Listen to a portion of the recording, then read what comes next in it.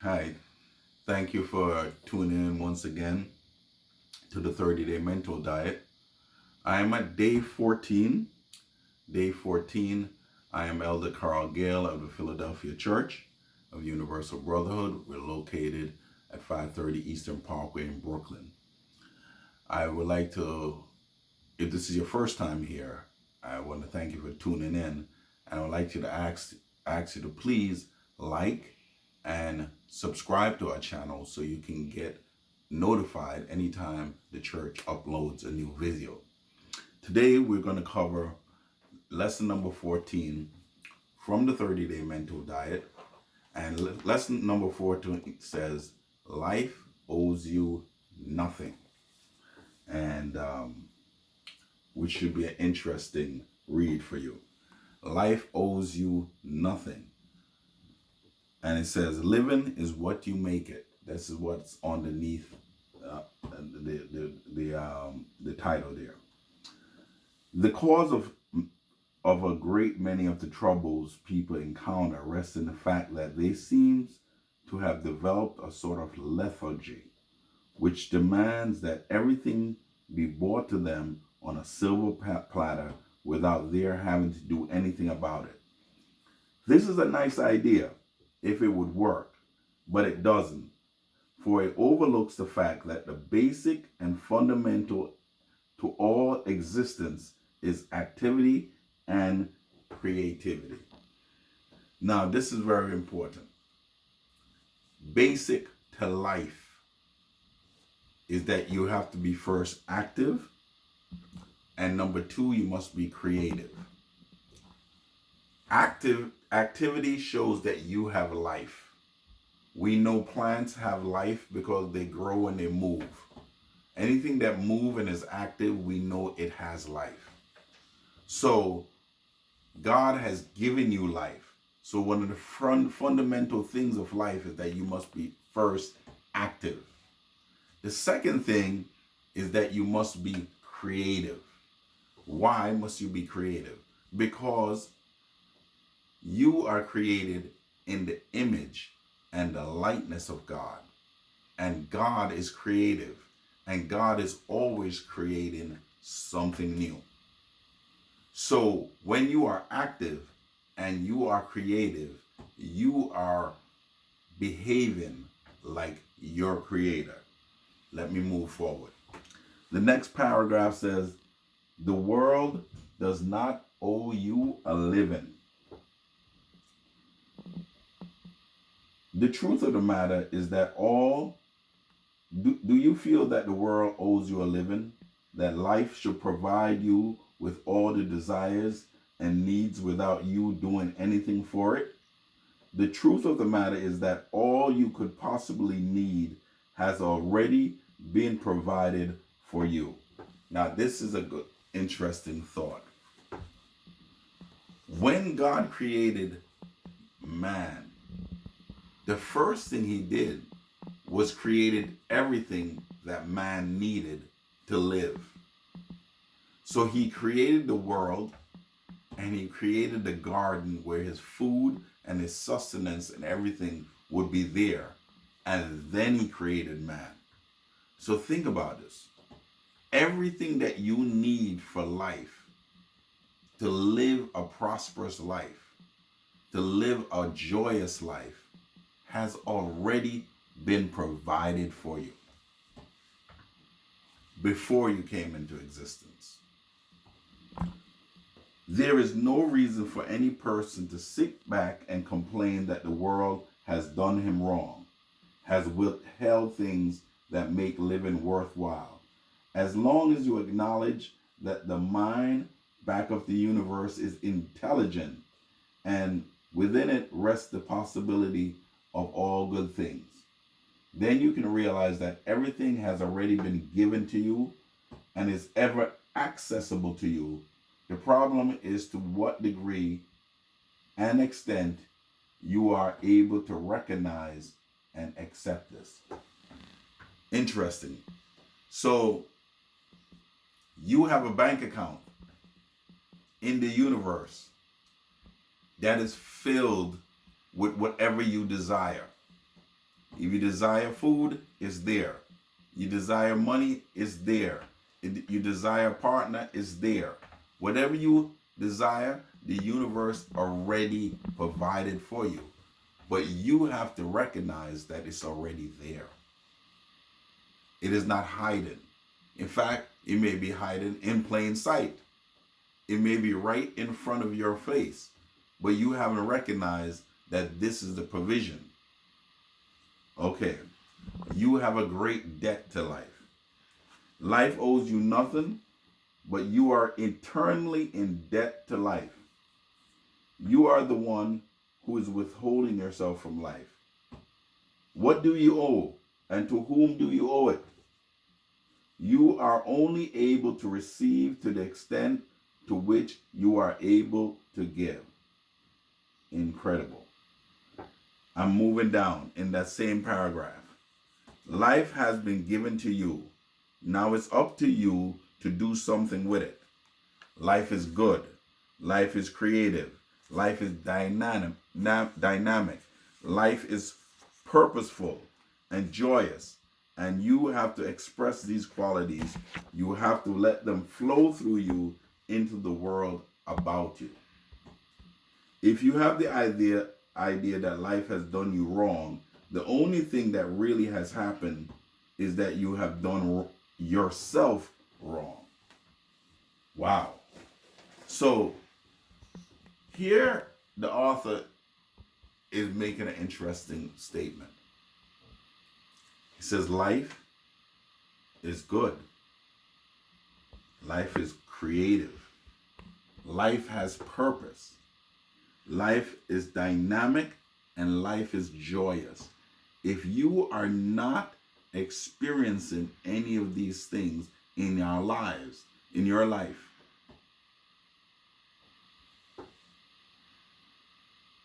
you are doing yourself wrong, because these things already been provided to you.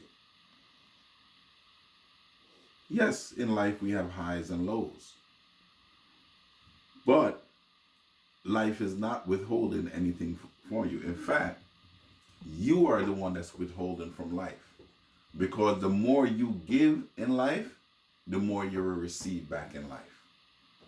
Okay. Continuous conflict. If you feel that life is a continual conflict, you unintentionally are isolating yourself from the source, which can fulfill your every need. The battle you must wage is not with the world. The argument you must win is not with God, but with yourself. In many respects, you are your own worst enemy. So you are really the one. God is not holding anything back from you. You might be sitting back waiting for God to do something for you. It's already provided. It's already provided. What are you given in life? Are you expected sitting back waiting and saying, God hasn't bought me this thing yet? What they're saying here in this chapter is that you have to give to life in order for you to receive. In fact, if you want to be friendly, if you want to friends, you have to be friendly. There is a sacrifice on your side of giving. Let me move forward. In the same paragraph, continual conflict. When your thoughts and acts are constructive, then you find that you already have what you once thought was owed to you. Then all conflict and struggle will dissolve. So that means first thing you must do, and we spoke about this in previous chapters, is get your mind right. Get your thoughts constructive. Constructive thoughts create. Remember, we said there's two things you must do in this life. You must be first active, because activity shows you have life, and you must create. You create with the mind that God has given you. Activity and constructive thoughts. Okay, a down payment. Stop feeling sorry for yourself and begin to use your God given ability to think in a constructive manner. Start to live now, for life never be more to you than it is right now. It can never provide you with more than you consciously can accept. This is an interesting statement here. Life cannot give you anything that you cannot consciously accept.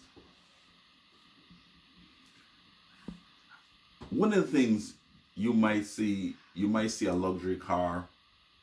Ladies, you might see a luxury pocketbook, something that's very expensive, and you might wish in your heart that you could have this thing, or you could afford this thing. And one of the things I experienced once was, there was a young lady that was admiring a very expensive bag. And I said to the young lady, let's go in and look at it. And we went into the store, and the bag was gorgeous. It was also very expensive. And the salesman took the bag from out behind the glass and said, here, put it on your shoulder and feel the bag. And she said, oh, no, I can't do that. And she refused to even touch the bag. What happened there is that even though she was lusting after that bag and she saw that bag, in her mind, she did not accept the fact that she could receive that bag. And the salesman just said, touch the bag. But she refused to even touch the bag. Some of the things in your life, some things in our life, we're fearful just to approach it. How about a goal? Let's say you wrote a goal on a paper and it said, I want to make this year $100,000 for the year. And let's say somebody turned to you and said, no, you should write 1 million, and affirm that to yourself. Would your hand shake? Would you say, oh no, I can't see that. I can't see myself with that much money. You have to consciously accept something in order for you to get it in your life. And that's the first cause in life. Okay. I'm in the same paragraph, down payment. I'm at the bottom. When you change your pattern of thinking and concern yourself with what you contribute to life, you will be surprised at what you will start to receive. Let me go down. Given versus gimme. The gift is most to the giver. This is a cliche that's been said before. The gift is most to the giver. Give, and it shall be given unto you. It's written in the scriptures. And as ye would that men should do to you, you should also do to them likewise. Most people that are successful in business has given great service. They are given great products and great service to the world. And this is why the world returns back to them what they have given out, the work and the creativity they have put in the world. Okay, let me move on. The world can supply you with abundant living, but not on the basis that it is owed to you. You must become an active participant in life. This is very, very important. There are certain groups, especially in first world countries, that believe that because their ancestors have been wronged, or because maybe something happened in the past, they are entitled. They are entitled. And this entitlement attitude is that you need to give this to me because I suffered hurt. No. God's law says that you must first consciously be able to accept that you are the creator of your life. And anything that you want in life, you can create. But first, you must consciously think in a creative manner. And you must be active in life. And life will return to you and reciprocate to you abundantly. Let me move forward. Things happen only as a result I'm at definite action. I'm sorry, let me start again. Things happen only as a result of an adequate cause. You cannot receive without first giving. And what you receive is in direct proportion to the extent of the giving of your thought and time and abilities. Let me say that again. To the extent of your thought, your time, and your abilities, proper creative thought backed by the appropriate action opens the doorway for the universe to reciprocate with abundance. Good measure, pressed down, and running over. Okay, let me go forward and let us go to the diet. We are at the diet. This is a wonderful diet. Follow along with me, please. All that is good, fine, and wonderful in my world is mine to have and enjoy. Life withholds nothing from me. Life owes me nothing. In this knowledge and awareness, I redirect and repattern my thinking so that I discover new abilities within myself, and I am guided into new ways and means of expressing them. The more I awake to the inner urge of life to creatively express itself through what I am, the more I am surrounded with all that contributes to a richer experience of living. My thoughts and acts are causative factors to which the universe must respond with corresponding effects.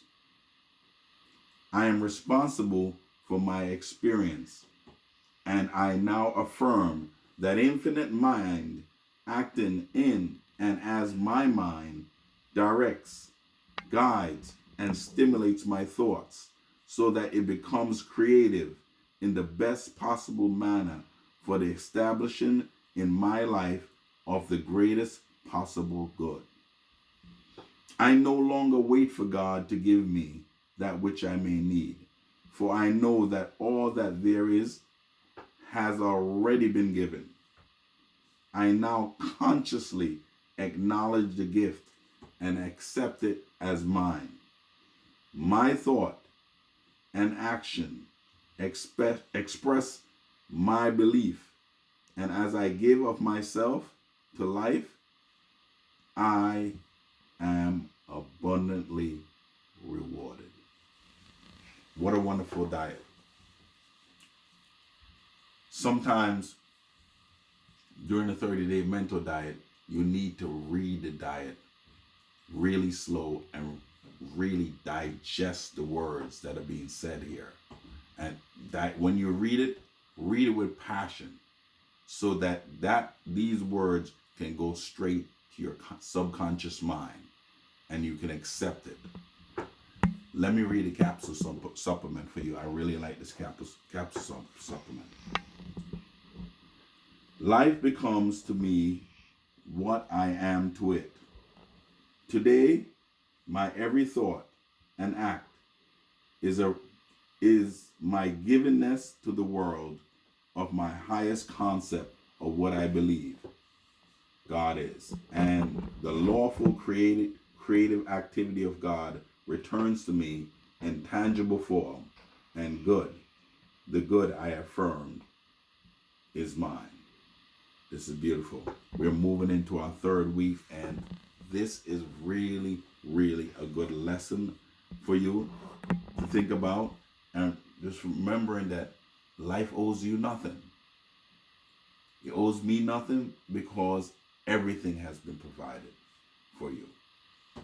Let us now take these words, and as we move through the next day, write in your book or in your journal, what are you going to do with that? With the whole idea that life does not owe you anything.